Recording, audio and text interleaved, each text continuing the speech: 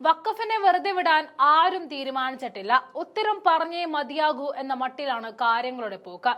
2025 വഖഫ് നിയമത്തിന്റെ സാധുത ചോദ്യം ചെയ്തുകൊണ്ട് തൃണമൂൽ കോൺഗ്രസ് MP-യായ മഹുവ മൊയ്ത്രയും സുപ്രീം കോടതിയിൽ എത്തിയിരിക്കുകയാണ്. കേന്ദ്രത്തിന്റെ നയങ്ങളെ എന്നും ഉറച്ച ശബ്ദത്തിൽ ചോദ്യം ചെയ്തിട്ടുള്ള MP തന്നെയാണ് മഹുവ. കഴിഞ്ഞ ലോകസഭയിൽ നിന്നും മഹുവയെ പുറത്താക്കിയവരെ കേന്ദ്രം തങ്ങൾക്കെതിരെ ഉയർത്തുന്ന മഹുവയുടെ നാക്കടക്കാൻ നോക്കി. എന്നാൽ അതിശക്തമായി തന്നെ കഴിഞ്ഞ തിരഞ്ഞെടുപ്പിൽ മഹുവ തിരിച്ചെത്തി. അതേസമയം നിയമത്തിന്റെ സാധുത ചോദ്യം ചെയ്ത മജ്ലിസ് പാർട്ടി നേതാവ് അസദുദ്ദീൻ ഒവൈസി സമർപ്പിച്ച ഹർജി ഉൾപ്പെടെ 10 ഹർജികൾ ഏപ്രിൽ 16 വാദം കേൾക്കുന്നതിനായിട്ട് ചീഫ് ജസ്റ്റിസ് സഞ്ജീവ് ഖന്ന, ജസ്റ്റിസുമാരായ സഞ്ജീവ് കുമാർ, KV വിശ്വനാഥൻ എന്നിവരടങ്ങുന്ന 3-അംഗ ബെഞ്ച് പട്ടികപ്പെടുത്തിയിട്ടുണ്ട്. സമാജ്വാദ് പാർട്ടിയുടെ സംഭാൽ MP സിയാ ഉർ റഹ്മാൻ ഭാർക്ക് അടുത്തിടെ സുപ്രീം കോടതിയിൽ ഈ വിഷയത്തിൽ നിന്നും ഹർജി സമർപ്പിച്ചിരുന്നു. ഏപ്രിൽ 9 ഹർജി സമർപ്പിച്ച മൊയ്ത്ര വിവാദ ഭേദഗതിയിൽ ഗുരുതരമായ നടപടിക്രമങ്ങളിലെ പിഴവുകൾ മാത്രമല്ല ഭരണഘടനയിൽ ഉൾപ്പെടുത്തിയിട്ടുള്ള നിരവധി മൗലിക അവകാശങ്ങളുടെ ലംഘനവുമാണ് എന്നും പറഞ്ഞിട്ടുണ്ട്. നിയമനിർമ്മാണ പ്രക്രിയയിൽ പാർലമെന്റ് രീതികളുടെ ലംഘനം 2025 വഖഫ് നിയമത്തിന്റെ ഭരണഘടനാ വിരുദ്ധതയ്ക്ക് കാരണമായിട്ടുണ്ടെന്നും വാദിക്കുന്നുണ്ട്.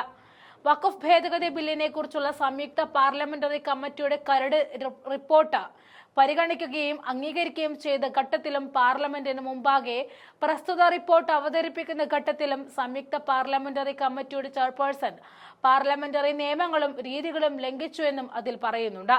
2025 ഫെബ്രുവരി 13 പാർലമെന്റിൽ അവതരിപ്പിച്ച അന്തിമ റിപ്പോർട്ടിൽ നിന്നും പ്രതിപക്ഷ MP-മാരുടെ വിയോജിപ്പുള്ള അഭിപ്രായങ്ങൾ ന്യായീകരിക്കാതെ മറച്ചുവെച്ചതായും റിപ്പോർട്ടുണ്ടെന്നും ഹർജിയിൽ പറയുന്നുണ്ട്.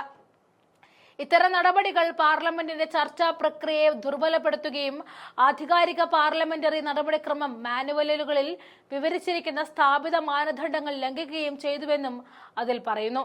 ഭരണഘടനയുടെ ആർട്ടിക്കിൾ 14 നിയമത്തിന് മുന്നിൽ തുല്യത, 15 വിവേചനം കാണിക്കാതിരിക്കൽ, 19A സംസാര സ്വാതന്ത്ര്യം, കൂട്ടായ്മയ്ക്കുള്ള അവകാശം, 21 ജീവിക്കുവാനും വ്യക്തി സ്വാതന്ത്ര്യത്തിനുമുള്ള അവകാശം, 25, 26 മതസ്വാതന്ത്ര്യം, 29, 30 ന്യൂനപക്ഷ അവകാശങ്ങൾ, 300A സ്വത്തവകാശം എന്നീ പുതിയ നിയമം ലംഘിച്ചതായിട്ടും ഹർജിയിൽ പറയുന്നുണ്ട്. നടപടിക്രമങ്ങളിലെ ക്രമക്കേടുകളും ഭരണഘടനയുടെ ഗുരുതരമായ ലംഘനങ്ങളും ചൂണ്ടിക്കാട്ടി നിയമം പൂർണ്ണമായും പിൻവലിക്കണമെന്നും മൊയ്ത്ര ആവശ്യപ്പെട്ടു.